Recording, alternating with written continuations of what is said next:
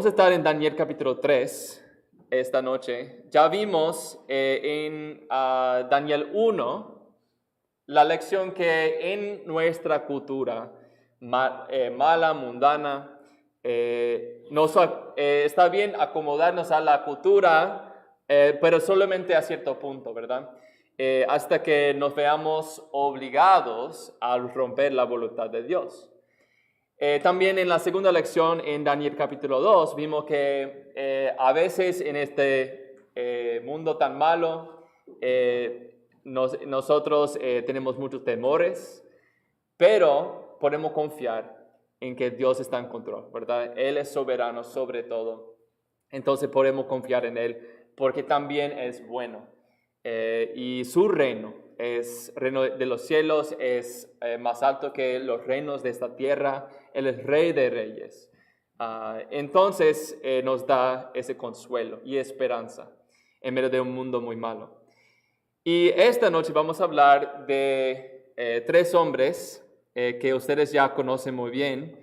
Y vamos a ver este concepto de cómo podemos en un mundo que está completamente contra de Dios, correr contra la corriente en nuestra vida.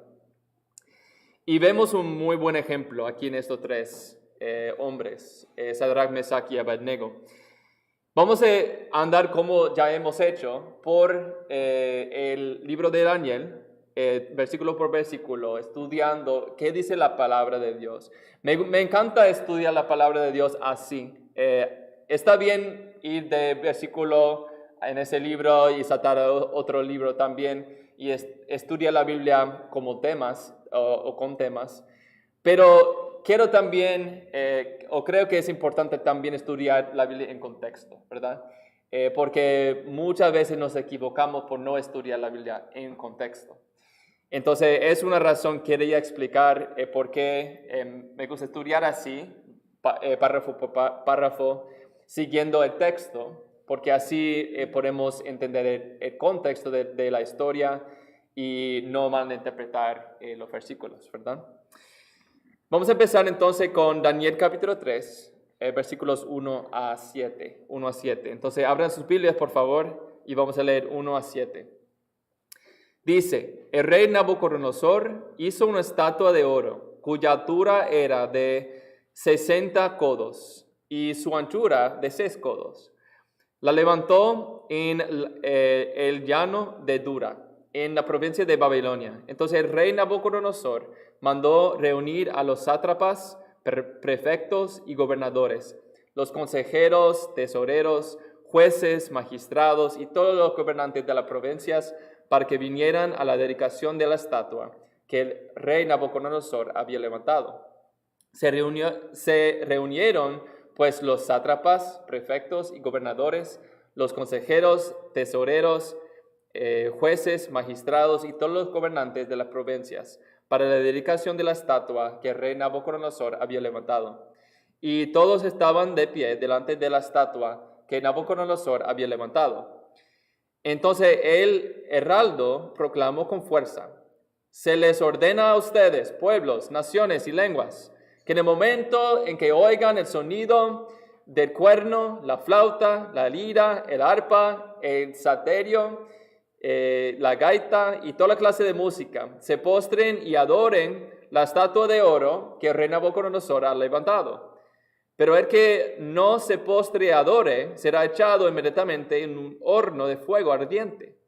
Por tanto, en el momento en que todos los pueblos oyeron el sonido del cuerno, la flauta, la lira, el arpa, el salterio, la gaita y toda clase de música, todos los pueblos, naciones y lenguas se postraron y adoraron la estatua de oro que el rey Nabucodonosor había levantado.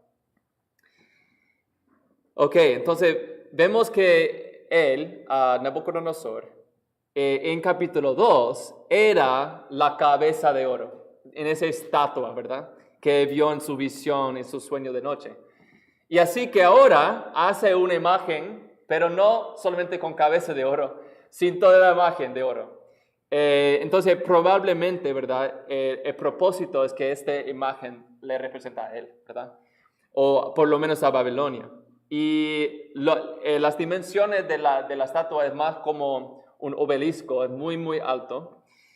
Y vemos la idea de que los humanos corrompen, ¿verdad? La imagen de Dios en la que Él nos hizo con otras imágenes, con otros ídolos. En este caso, Él mismo, ¿verdad? Él se puso a sí mismo encima de Dios. Adoren a mí, adoren a este ídolo de oro que me representa a mí.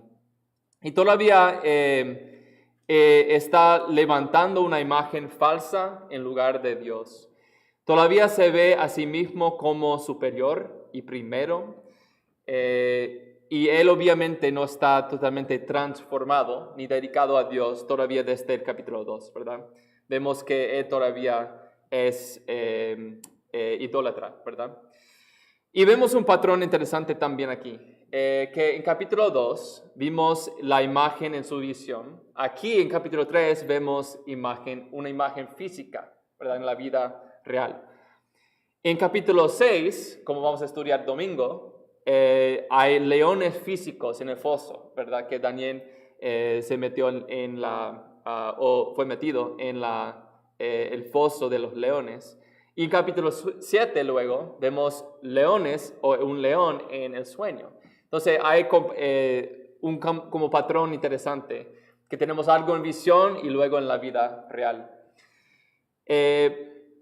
Otra cosa interesante aquí en este capítulo es que vemos algunas cosas repetidas. Quiero que todos vean otra vez su Biblia, porque mira que hay como 3 cosas o 3 listas, mejor, que se repite vez tras vez tras vez. Primero, es ese concepto que se repite como quizás más que 3 veces, como 5 veces o más. La idea que esta imagen es algo que Nabucodonosor había levantado. Y se repite mucho esa idea, la estatua que el rey Nabucodonosor había levantado. ¿Y por qué decir tantas veces que él lo había levantado? Porque no puede sentarse por sí mismo, ¿verdad? No puede levantarse a sí mismo.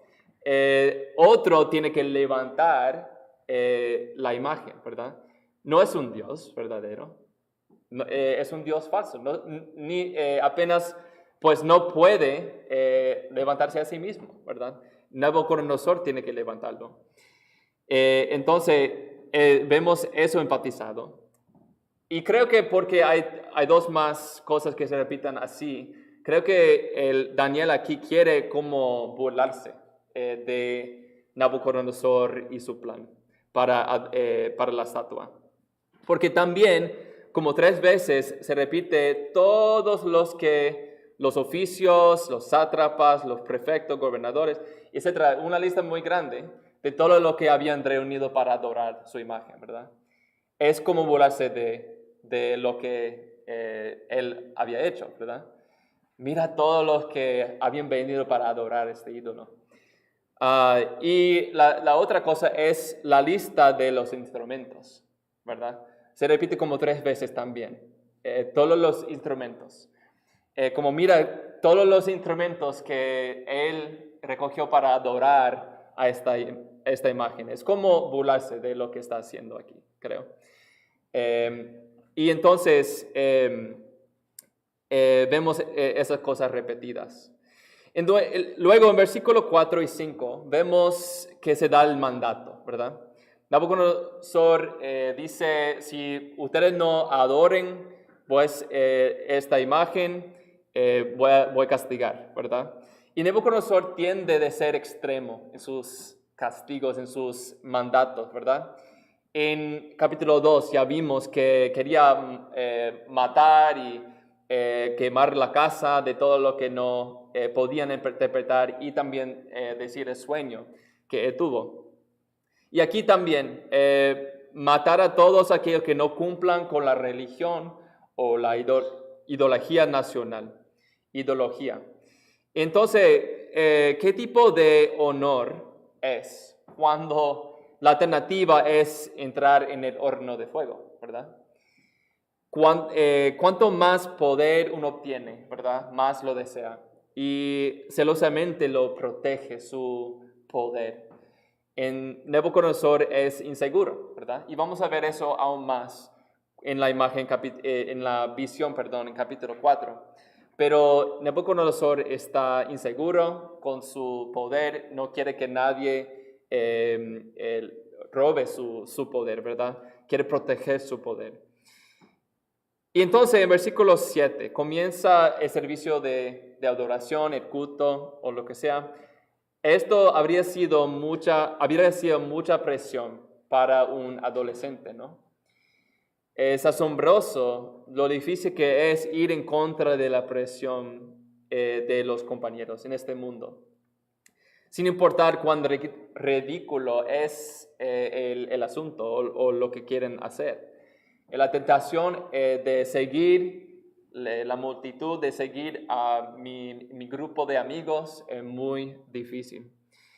Es como en esa historia bien conocido que los pocos que veían el rey desnudo y todos decían, mira su ropa, muy lujosa, muy bonita, ¿verdad?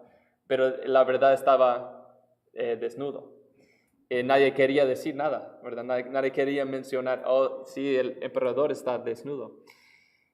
Es difícil, ¿verdad? Ser la persona que dice, no lleva ropa. Y en este momento hubiera sido muy difícil para estos tres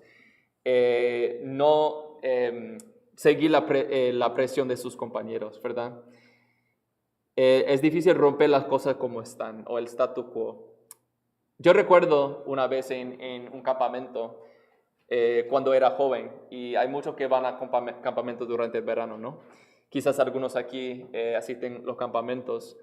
Y yo recuerdo cuando yo y unos de mis amigos queríamos en secreto por la noche pasar al lado de las chicas, ¿verdad? Del campamento. Queríamos ir a las cabañas suyas y no sé qué íbamos a hacer, pero queríamos pasar allá en secreto.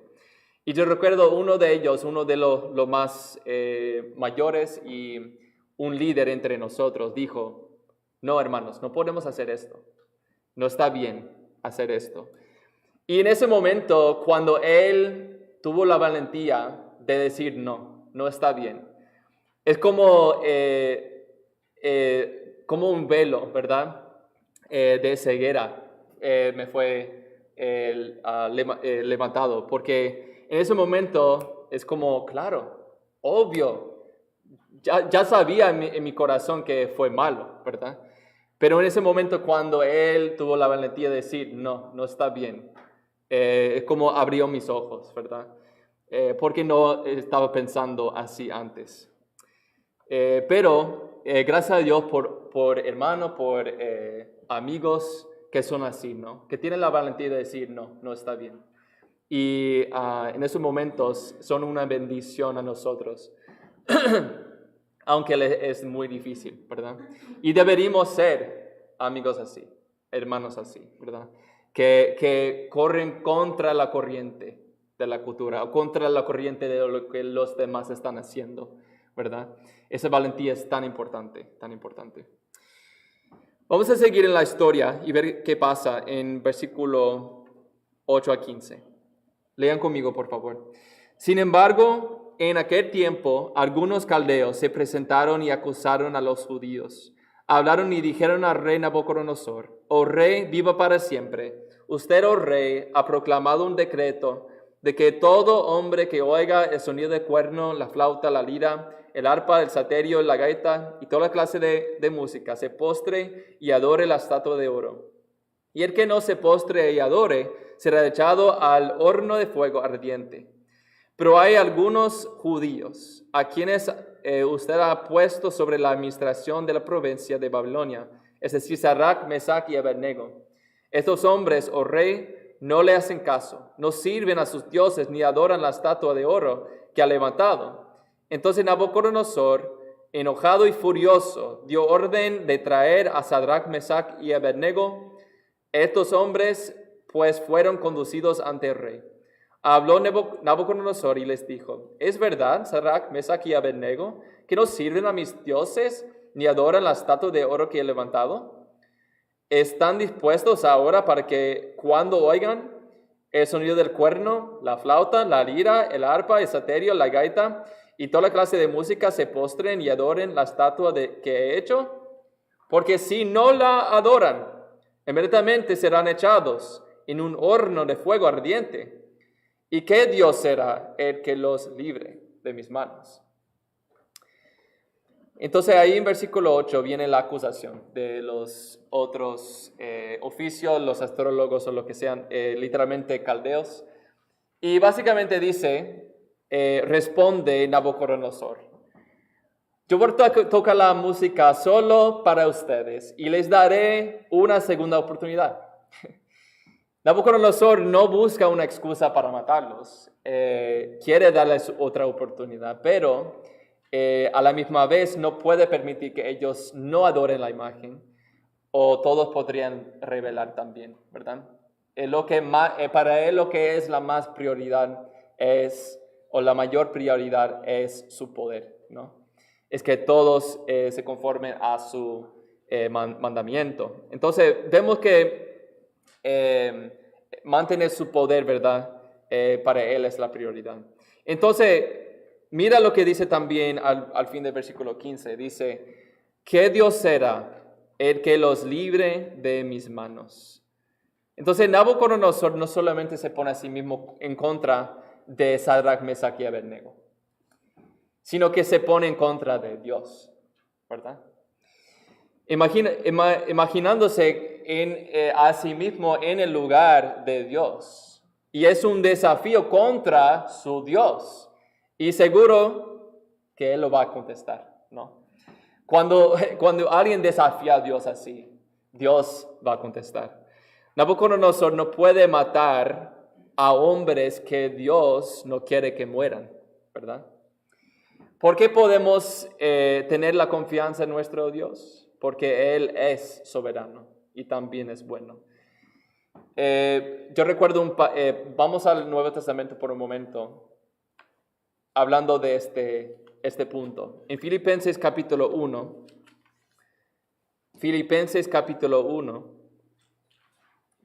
mira lo que Pablo dice en Filipenses 1, 21. Filipenses 1 y 21. Dice, pues para mí el vivir es Cristo y el morir es ganancia. Pero si el vivir en la carne, esto significa para mí una labor fructífera.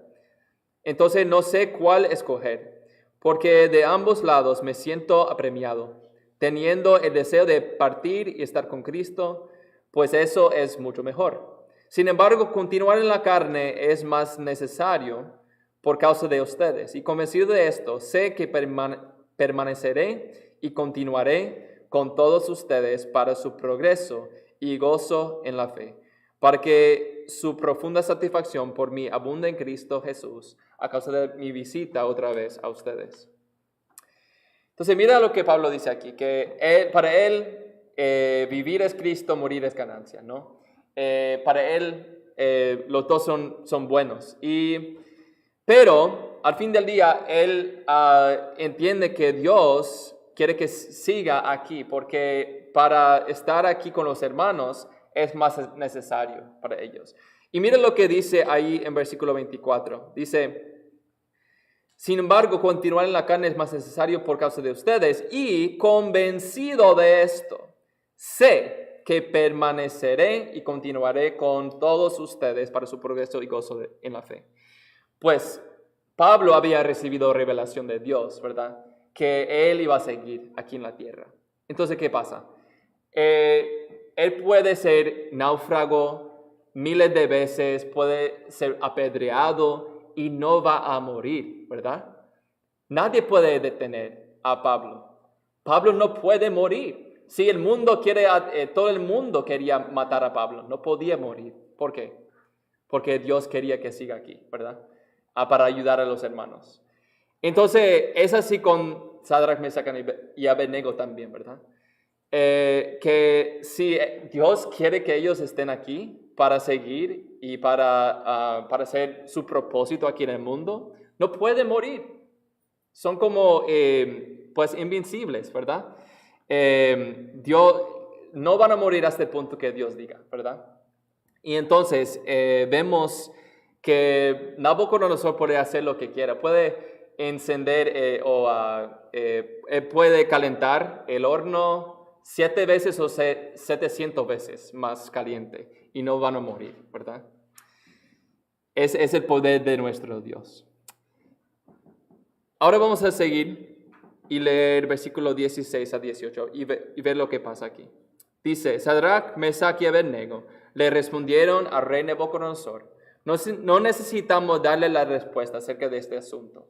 Ciertamente nuestro Dios, a quien servimos, puede librarnos del horno de fuego ardiente, y de su mano, oh rey, nos librará. Pero si no lo hace, ha de saber, oh rey, que no serviremos a sus dioses, ni adoraremos la estatua de oro que ha levantado. Entonces ellos dicen que no tienen que defenderse, ¿verdad? Ante Nabucodonosor. Él no es su rey, Dios es su rey, y solamente ellos se van a dar cuenta ante él. Es una decisión también que ya tomaron de antemano. No es el momento cuando ellos tomaron la decisión de no adorar a los ídolos. Fue una decisión que ya tomaron hace tiempo, ¿no? Es igual como Daniel ya se había propuesto en su corazón que no iba a comer los manjares del rey. Entonces,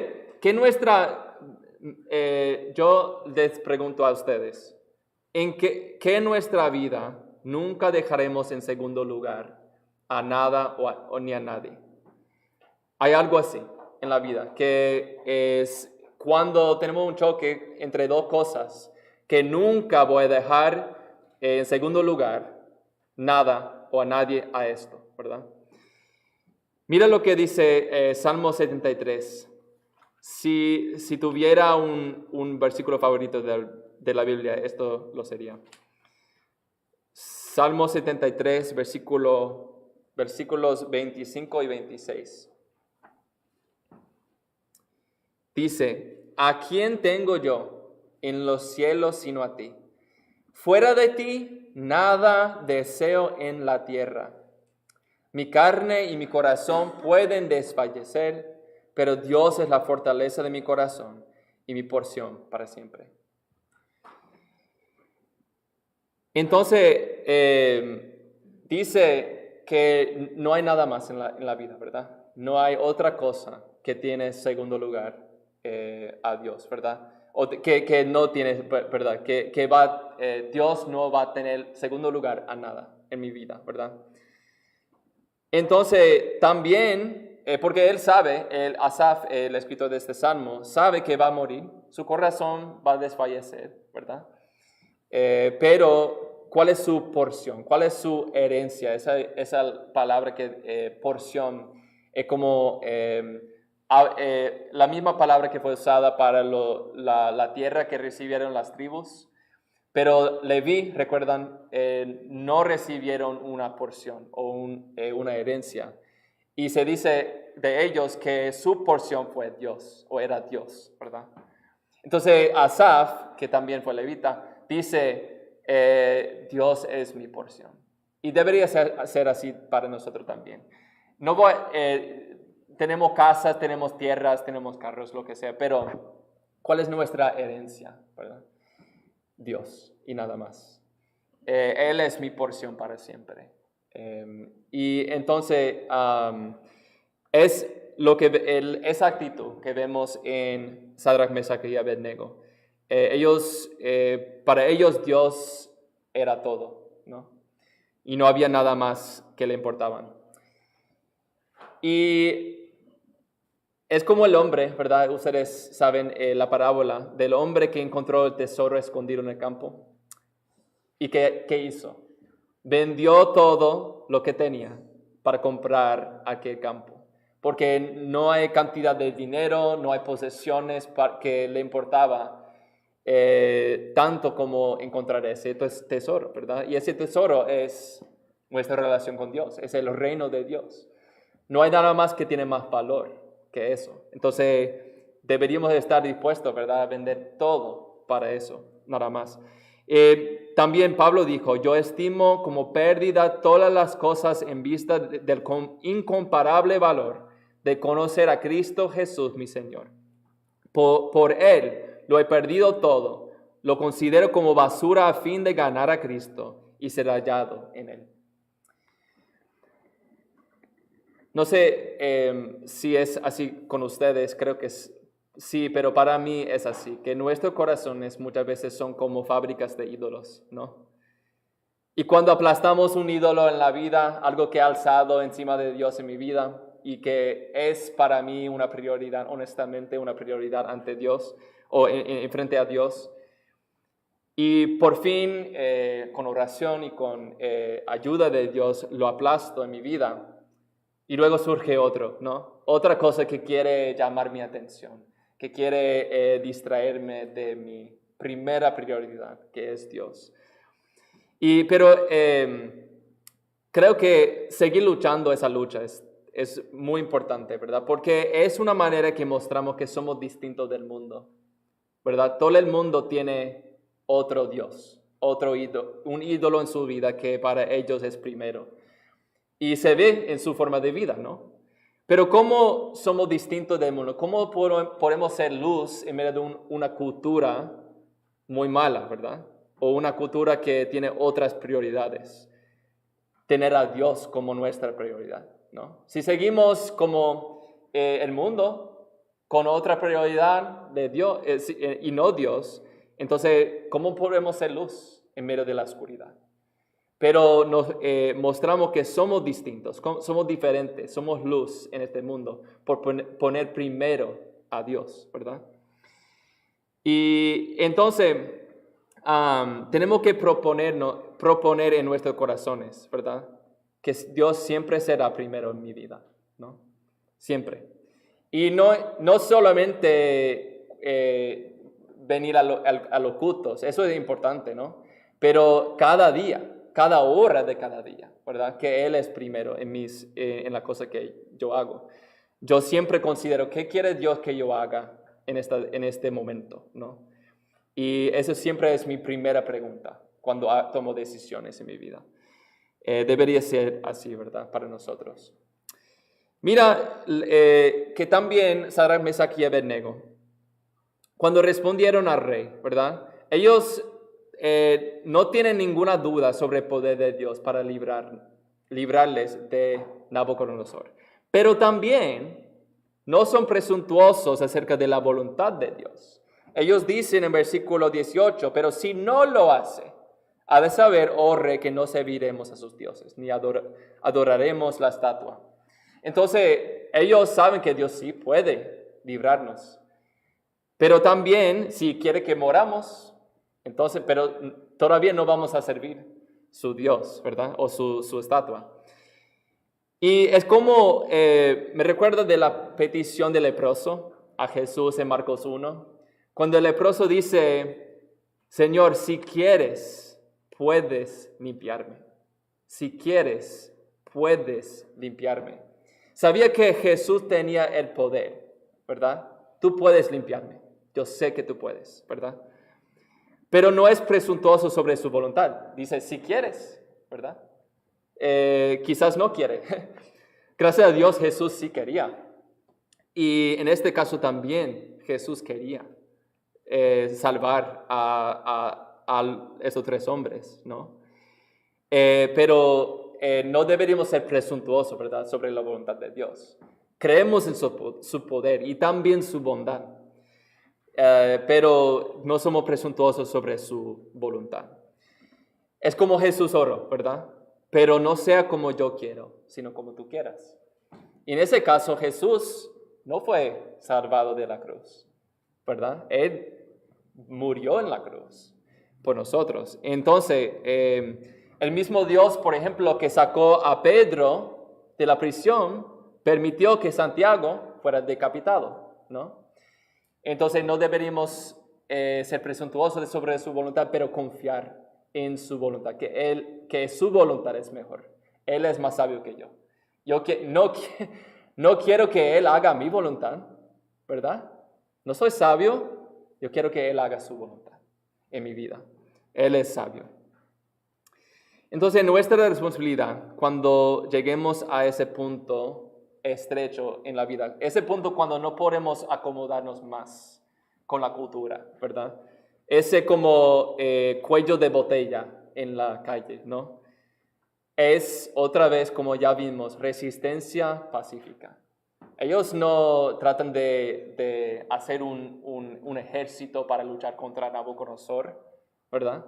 Ellos dicen, solamente no serviremos a su Dios, solamente no vamos a hacerlo, ¿verdad? Ese desobediencia firme, no vamos a hacerlo.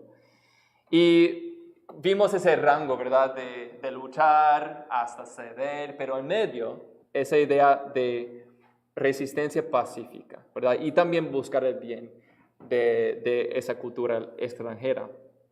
Eso es lo que hacen aquí, ¿verdad? Eso es lo que vemos en su respuesta.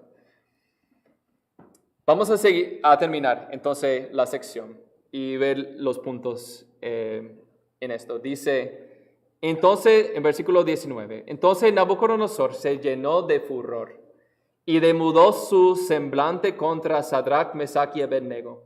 Reaccionó ordenando que se calentara el horno 7 veces más de lo que se acostumbraba a calentar.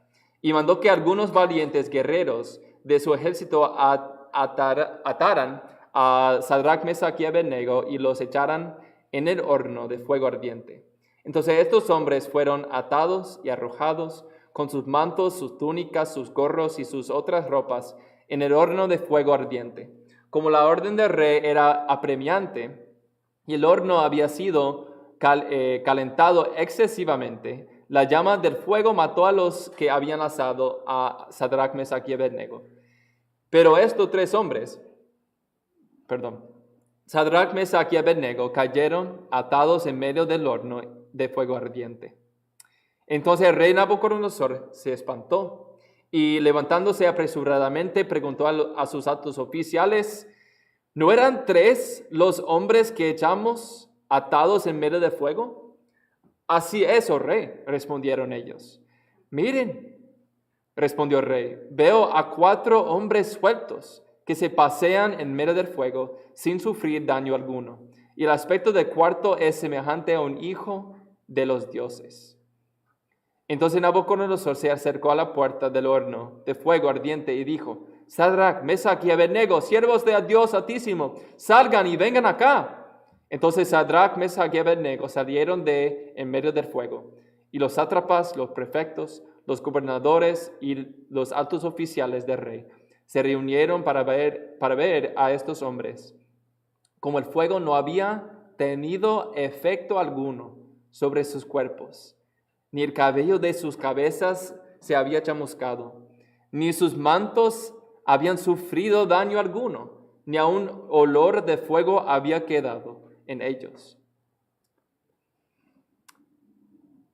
Entonces, ahí en versículo 19, cuando dice que Nabucodonosor demudó su semblante, esa palabra es interesante, semblante, porque es literalmente la imagen de su rostro, ¿verdad?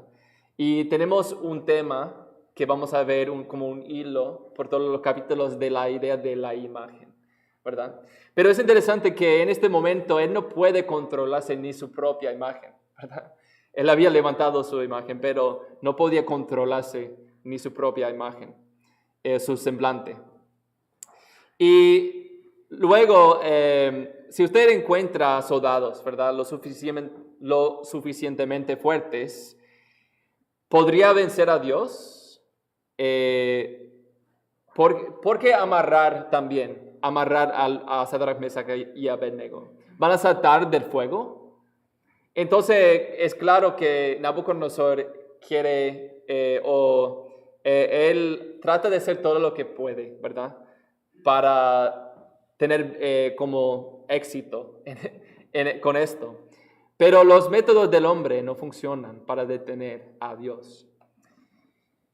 Entonces, también en versículo 21, un punto pequeño, es que cuando usa esas palabras, sus mantos, túnicas, gorros y otras ropas, ahí leí que las palabras usadas aquí indican que ellos habían adoptado la moda babilónica, que esas palabras de su ropa tienen que ver con lo que habían llevado o lo que llevaban cómo se vestían los babilonios. Pero, aunque habían adoptado su ropa, su moda, no sus prioridades, y ni su mentalidad, ni su religión, ni nada de eso, ¿verdad? Luego murieron los soldados más fuertes del ejército de Nabucodonosor, pero no los que fueron echados en el fuego, ¿verdad? Y dice que ellos vieron allí un hijo de los dioses, o como si fuera un hijo de los dioses. Y tal vez fue un ángel, como cree Nabucodonosor, como él dice más tarde en versículo 28. O tal vez fue Jesús, la verdad no sé. Pero es exactamente lo que Jesús hizo por nosotros, ¿verdad? Esto es lo que Jesús ha hecho por nosotros, descender para pasar por el fuego por nosotros. Se sacrificó por nuestro rescate, ¿no? Y entonces vemos entonces no sé si es un ángel o es Dios, pero es exactamente lo que Dios hubiera hecho, ¿verdad? Y Dios entonces no nos exime del fuego, pero siempre está con nosotros en el fuego, ¿verdad? Eso es el principio que yo veo aquí, que a veces tiene que pasar por el fuego, ¿verdad? O una tribulación en la vida, una prueba, pero está con nosotros en medio de la prueba. Y ahora todos los sátrapas, prefectos, gobernadores y altos funcionarios se reúnen no para adorar la estatua, sino para quedarse asombrados o pasmados de lo que Dios, el Dios verdadero, había hecho a salvar a esos 3 hombres. Y mira que ellos no están afectados para nada de este fuego. Ni su cabello se había chamuscado, ni a un olor de fuego había quedado en ellos. Ellos pueden ir a trabajar el próximo día con esa ropa, ¿no? Está bien. Entonces, Dios aquí es alabado por su rescate. Hay un versículo 28 en adelante, Nabucodonosor bendice a Dios, alaba a Dios por este rescate. Y recuerdan la pregunta de Nabucodonosor en versículo 15, cuando dice, ¿y qué Dios será el que los libre de mis manos? Él mismo contesta su propia pregunta. Es el Dios de Sadrach, Mesach y Abednego, ¿verdad? Ahí en los últimos versículos dice eso. Y ahora ha hecho casi el decreto contrario, ahí en versículo 29, cuando dice que los que no reconocen a Dios, el Dios de Sadrach, Mesach y Abednego, Él los va a castigar a ellos. Entonces sigue con sus mismos métodos, pero esta vez reconoce al Dios verdadero, ¿no? Entonces vemos poco a poco un cambio en Nabucodonosor, pero no todo el cambio que vamos a ver al fin de este libro. Y la verdadera humildad de Nabucodonosor viene en el próximo capítulo, como vamos a ver. Entonces, Nabucodonosor sigue llegando a este punto y luego se olvida. Tendemos a estar impresionados con Dios en ciertos momentos de prueba, ¿no? O dificultad, pero luego volvemos a ser orgullosos y arrogantes nuevamente. No es suficiente conmovernos emocionalmente, sino que tenemos que poner nuestra confianza plenamente en Dios. Yo recuerdo, y Nabucodonosor, vemos en su vida aquí una lección también. Yo recuerdo que cuando a veces hablo con mormones o con otros religiosos que hablan de cómo ellos llegaron a creer su creencia y hablan de su emoción, ¿verdad? O después de leer el libro de Mormón, me sentí algo y fue para mí confirmación, dicen que es correcto, ¿no? Y yo siempre les digo, ¿por qué hacer o tomar una decisión en su vida en un momento de alta emoción, verdad? Porque o a veces la gente también en los campamentos, cuando el ambiente es muy, no sé, espiritual y todo, y en ese como alta emoción, toman una decisión de seguir a Cristo, pero luego, después que esa emoción se va, no siguen con Cristo. He visto eso muchas veces, ¿verdad? Y es así con Nabucodonosor también, que cada capítulo tiene como una revelación. Oh, es el Dios verdadero, pero luego en el próximo capítulo sigue con su arrogancia y su idolatría, ¿verdad? Entonces yo siempre pienso, ¿verdad?, que las decisiones tomadas en momentos de emoción no son suficientes para sostenernos por toda la vida, sino son las decisiones basadas en la verdad de Dios, ¿verdad? Con la mente clara y razonable y el corazón abierto, que con la ayuda de Dios nos van a sostener en el momento cuando tenemos que correr contra la corriente en la vida, ¿no? Porque seguro que Sadrach, Mesach y Abednego no iban a seguir a Dios en este momento de dificultad si solamente lo que buscaban era una emoción, ¿verdad? Esa no es la emoción que buscaban, ¿verdad? Es temor, es dificultades. Entonces hay que tomar una decisión de seguir a Cristo, ¿verdad? No por la emoción que sentí en ese momento, sino porque quiero servir, ¿verdad?, al Dios verdadero de este mundo, al Creador. Yo quiero en un momento con mente clara, corazón abierto, seguir a este Dios para el resto de mi vida, ¿no? Y eso es diferente, ¿no?, que tomar una decisión al momento. Y entonces, que Dios nos ayude a correr contra la corriente de nuestra vida con un compromiso, ¿verdad? Un compromiso que Dios nunca tendrá segundo lugar a nadie en la vida o a nada en la vida.